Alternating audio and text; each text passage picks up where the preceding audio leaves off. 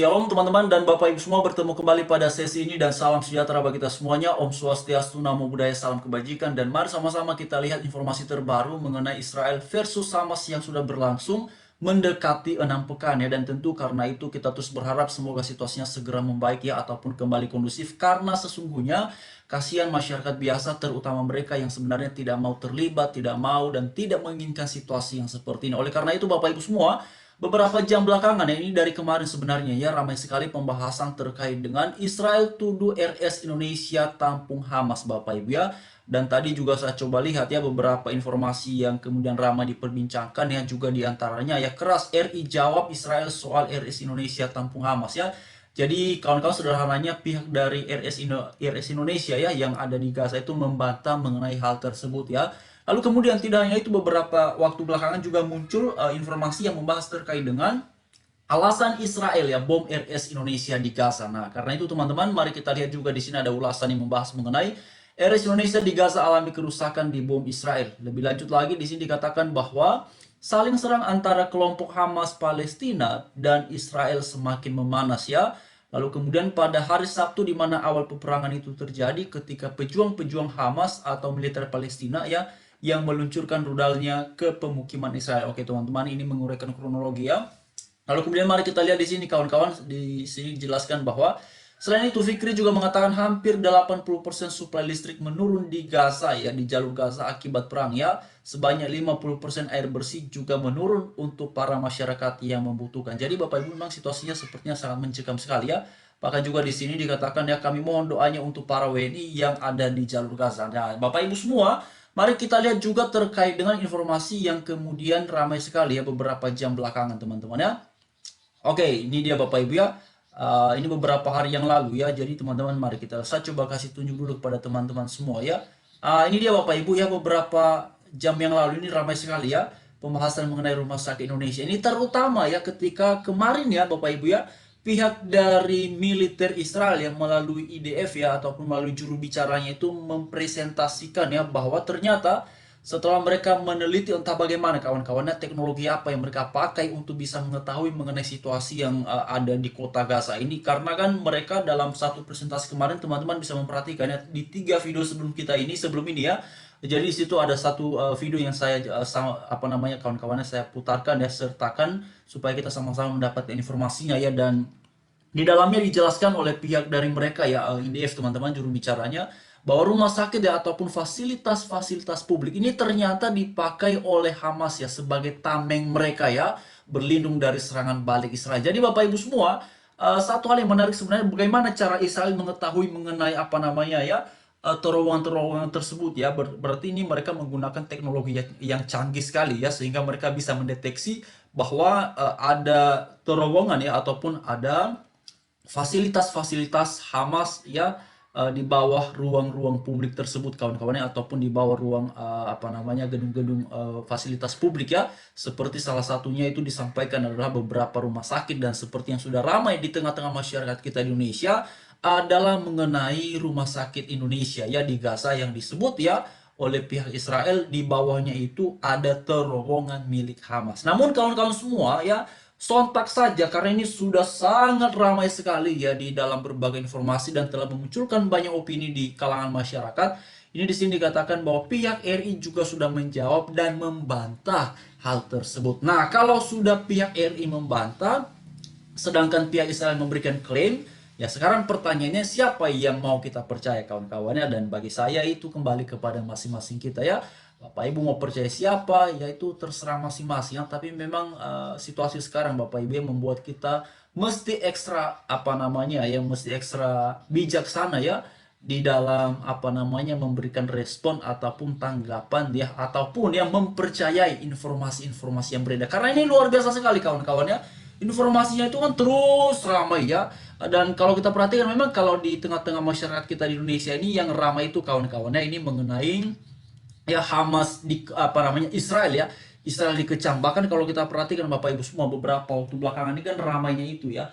Kalau pihak Hamas melakukan serangan kepada Israel, banyak sekali yang nampaknya bergembira dan memuji-muji tindakan Hamas tersebut. Tetapi ketika pihak Israel menyerang Hamas, dengan bertubi-tubi berkali lipat. Nah, banyak sekali yang mengecam. Memang kawan-kawan kita akhirnya kan melihat, oh berarti ada ketidak fairan ya, ataupun kemudian adanya Bapak Ibu, tidak objektif ya penilaiannya. Memang itu hal yang lumrah kawan-kawannya, karena kalau sudah berpihak ya, apalagi kalau kemudian keberpihakan itu sudah membentuk sebuah paradigma, ya kalau berbicara, kalau berkomentar pastinya kan yang akan disampaikan ya ada apanya, bukan apa adanya kawan-kawan. Dan itu saya pikir sesuatu yang lumrah memang ya dalam alam demokrasi ini, teman-teman, karena kita tidak bisa membatasi orang ya. Sama seperti kalau ada kawan-kawan yang kemudian berpihaknya kepada Israel. Tapi saya setuju dengan apa yang disampaikan oleh Pak Pendeta Gilbert beberapa hari yang lalu ya, yang menyampaikan bahwa tetap kita mendoakan ya kedua belah pihak, supaya kedua belah pihak ini bisa hidup damai, bisa hidup aman. Dan teman-teman, beberapa hari belakangan juga ramai ya, ada satu video itu kawan-kawan, nanti mungkin di sesi selanjutnya akan coba sertakan ya, terkait dengan ini ada satu kawan-kawannya di Papua, di Sorong Papua kalau nggak salah kawan-kawannya. Jadi mereka ini bikin sebuah semacam pawai ya. Jadi sambil membawa ya di mobil itu kawan-kawan diberdirikan ya bendera Israel dan bendera Palestina berdampingan. Lalu mereka menyampaikan salam perdamaian dari Sorong Papua ya kalau nggak salah ya teman-teman. Pokoknya di Papua Bapak Ibu ya. Daerah spesifiknya kalau tidak salah ingat ya itu di Sorong teman-teman. Nah, dan kalau ada koreksi silakan kawan-kawannya sampaikan di kolom komentar yang sudah tersedia. Tapi saya mau sampaikan begini Bapak Ibu ya, justru kalau kita perhatikan ya, sejauh ini di tengah-tengah masyarakat kita, bahkan di karangan para elit ya, para tokoh, ini kan sudah jelas ya keberpihakannya ya, sudah jelas sekali keberpihakannya. Dan pertanyaannya begini ya, apakah setelah berpihak kepada salah satu telah membuat situasi di sana semakin membaik? Ya kita lihat Bapak Ibu, ini sudah berlangsung mendekati 6 pekan dan situasinya justru semakin memanas. Justru situasinya semakin mencekam. Dan pertanyaannya begini, apa sebenarnya solusi yang paling baik ya? Apakah berpihak ya ini menjadi solusi? Saya pikir ini butuh kawan-kawannya kebijaksanaan yang ekstra ya. Karena sebenarnya kalau saya lihat ya, justru apa yang dilakukan oleh saudara-saudari kita yang ada di Sorong Papua ini kawan-kawannya, yang melaksanakan pawai dan menyuarakan perdamaian antara kedua belah pihak ya, dengan membawa bendera Palestina sama bendera Israel. Wah itu bagus kawan-kawannya, berarti ini merangkum ya, merangkul ya kedua belah pihak ya, baik itu pihak Israel maupun pihak Palestina. Tapi sebenarnya begini Bapak Ibu ya, sekarang yang mesti kita dudukkan dulu persoalannya adalah bahwa apa yang sedang terjadi ini adalah Israel versus Hamas, bukan versus Palestina Bapak Ibu ya. Ya, memang tidak bisa dipungkiri bahwa situasi ini ya telah mengakibatkan banyak sekali warga biasa, warga yang tak berdosa, warga yang tak tahu ya dan tak mau ikut campur mengenai situasi ini menjadi korban. Itu tidak bisa dipungkiri kawan-kawan ya. Baik dari pihak Israel maupun dari pihak saudara-saudari kita yang ada di kota Gaza ya, itu kan menjadi korban. Ini yang membuat saya secara pribadi terus yang menyampaikan bahwa harapan ya adalah semoga situasi di sana segera membaik ya, segera kembali kondusif teman-teman ya. Itu sebenarnya yang paling dibutuhkan untuk saat ini ya. Kalau ya mungkin ada orang yang berpihak ataupun kemudian ada orang yang memuji Hamas dan segala macamnya, ya apakah itu kemudian bisa mereda ataupun mengobati luka saudara-saudari kita yang di sana ya? Tidak kawan-kawannya. Justru situasinya hanya akan semakin memanas ya, situasinya hanya akan semakin mencekam. Dan karena itu sekali lagi saya selalu berorientasi melihat ini dari perspektif, dari kacamata kemanusiaan ya. Baik saudara-saudari kita yang ada di Palestina, saya tidak bicara konteks agama ini kawan-kawan ya, karena sebenarnya baik di Israel maupun di Palestina ya, di Gaza itu sama-sama ada saudara-saudari kita yang seiman dan juga yang tidak seiman, dalam pengertian saudaranya dalam konteks kemanusiaannya. Ada Kristen di Palestina kawan-kawannya, ada Kristen ya. Bahkan beberapa waktu yang lalu ada informasi yang membahas bahwa gereja Ortodoks Yunani di Gaza itu dipakai sebagai tempat berlindung ya oleh warga Palestina di kota Gaza, baik yang Muslim maupun yang Kristen, mereka pakai itu. Jadi teman-teman, ini tidak ada kaitan dengan isu-isu agama ya, yang dikembangkan, yang diopinikan oleh beberapa orang yang memang hobi banget ya, beberapa orang ini mengaitkan isu ini terkait dengan agama ya.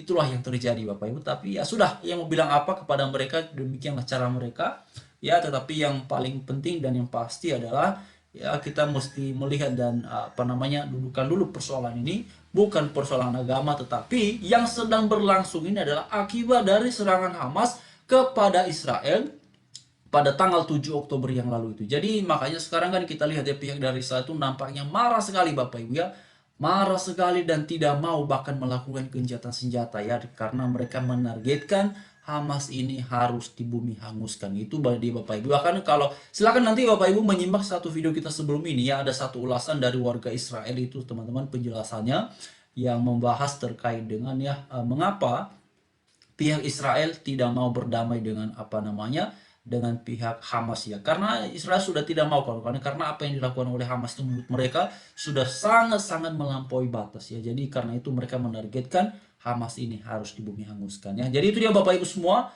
Tetapi terlepas dari semuanya itu, kita tetap mengharapkan semoga warga di sana ya, mereka berada pada posisi yang aman, mereka berada pada posisi yang tenang, supaya mereka kawan-kawannya tidak lagi ada yang menjadi korban atas situasi ini. Terima kasih, salam damai, salam sejahtera bagi kita semuanya.